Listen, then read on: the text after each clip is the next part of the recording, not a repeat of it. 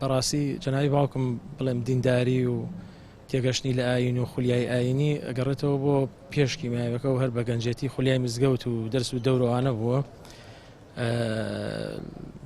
بە تایبەتی تر دوایەوەی کەوا ڕابوونی ئیسلامی لە عێراق و لە کوردستانیشە لەسەر دەستی ماسە مەلا عوسمان و شێخ سەواف یەتە کوردستان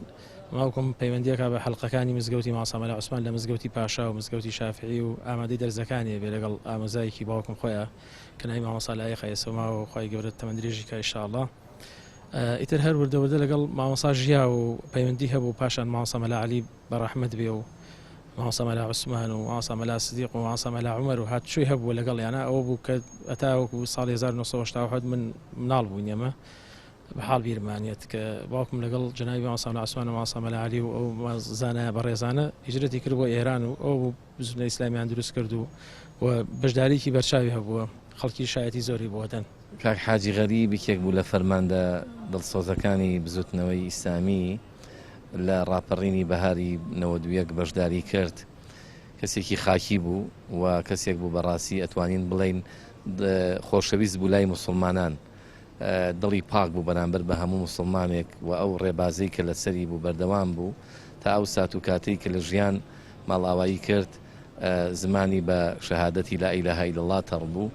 ئەم پیاوە زۆر ناڕەحەتی و ناخۆشی لە ژیان بینی دوو کڕی خۆی بە چاوی خۆی کە پێش خۆی وەفاتیان کرد و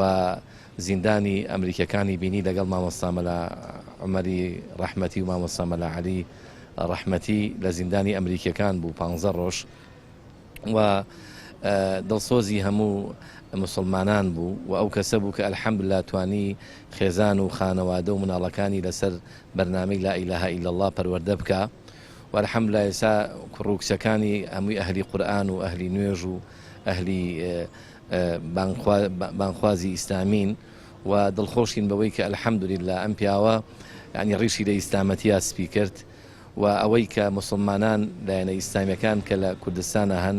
ئەم پیاوەی بینی بێشایەتی بۆدا کە ئەلحەمدولیلا کەسێک بووە ڕقی لە هیچ مسلمانێک نەبووە